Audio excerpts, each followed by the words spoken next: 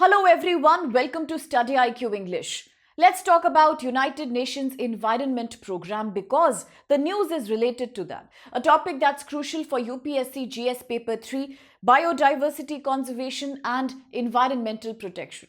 What is UNEP? United Nations Environment Program.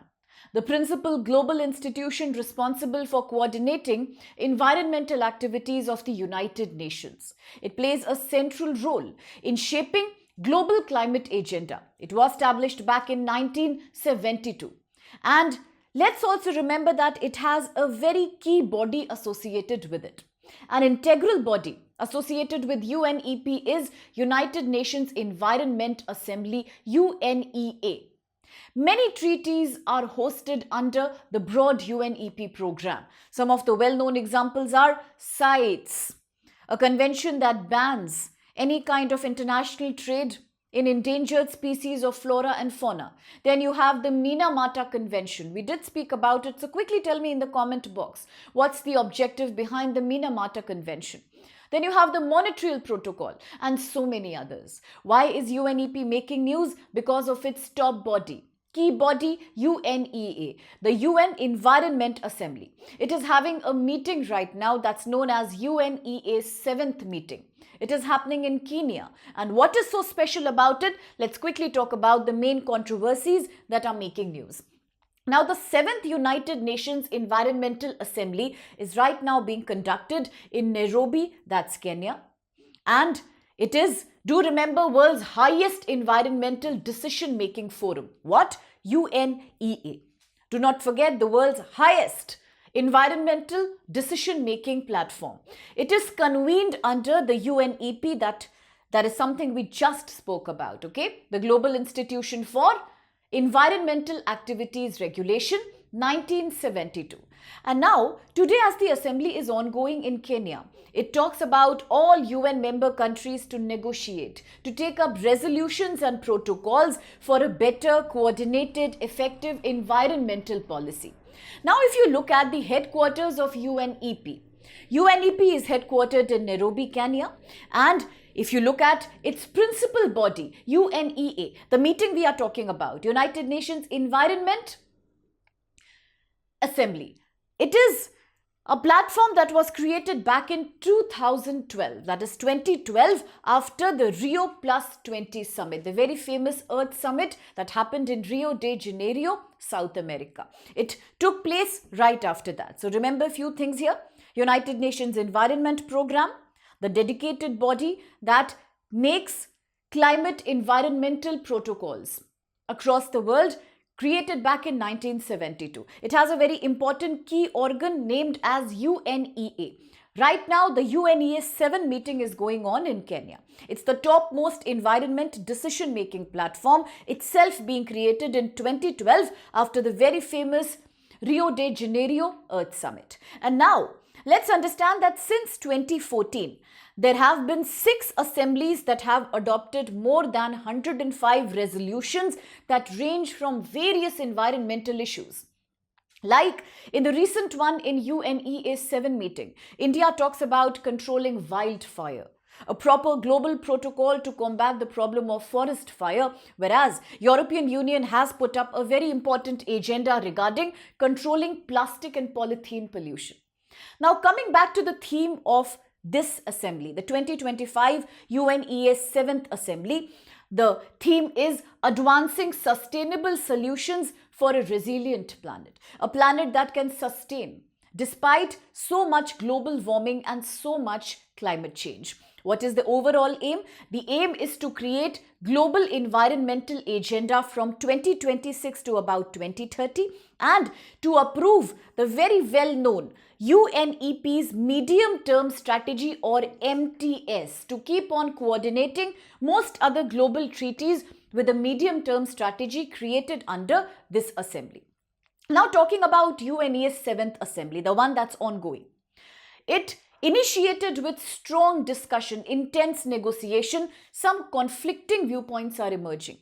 While some countries believe that we should implement the medium-term strategy as it is, Some other countries feel that it should be renegotiated, it should be recreated, redrafting should be done, because right now in 25, the world is experiencing newer kind of environmental complexities and challenges. So therefore, while some countries believe in status quo, there are other countries who want renegotiation or readoption of various policies under the medium-term strategy. Now, a bigger crisis happens to be financial crisis, which is nothing new.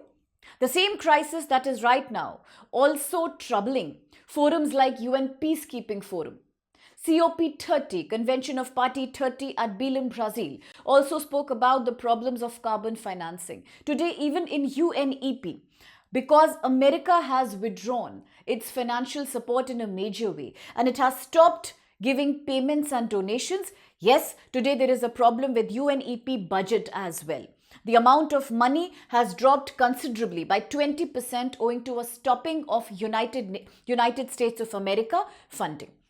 And therefore, contributions to Environment Fund have also declined by about 12%. Now, if you remember, in the news, we were looking at how America has also withdrawn its support from COP30 summit, from Paris Agreement 2015. In fact, under the COP30 discussion when we had in the class, if you remember, I told you that today the developing countries, including India, Brazil, and other nations of Global South, are asking for about $1.3 trillion financial help by 2035 in order to do climate mitigation and to convert themselves into renewable energy. And that's a fund that was promised under Paris Agreement, about $100 billion per annum, and that money was not given.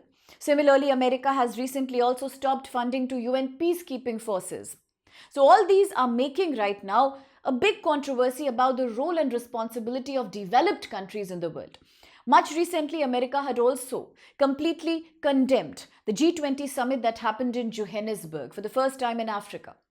You see, these are the things that are causing a controversy here, that without financial support, will it be possible to implement the very ambitious medium-term strategy by 2030? Now, of the 19 proposed resolutions, today only 15 resolutions are surviving. Even they have not been well implemented. So therefore, now there is a big question about the importance of UNEA, United Nations Environment Assembly, in global green diplomacy. Can countries collaborate together? Now, do remember when we were talking about Brazil summit, a new word had come into picture, and that new word was mutirao, how countries should come together and collaborate together.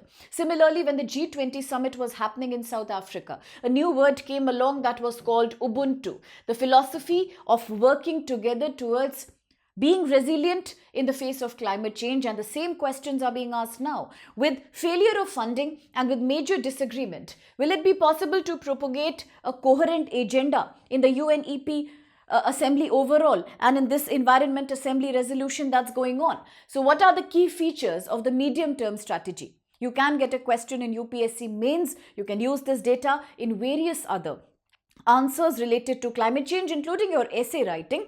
That the first one is to protect biodiversity, to protect climate stability, a point that's especially relevant to India. If you remember, quite recently, it was IUCN, International Union for Conservation of Nature, which had called out that in India there are certain biodiversity hotspots like the Sundarbans, the West Bengal, the Trans-Himalaya, and all these today are experiencing the threat of global warming, climate change. So, biodiversity protection, very important. Another agenda is zero pollution, tackling waste, chemical pollution, and air pollution. Again, a very important agenda for India, given New Delhi's being highlighted in one of the most polluted cities globally, especially in the winter months.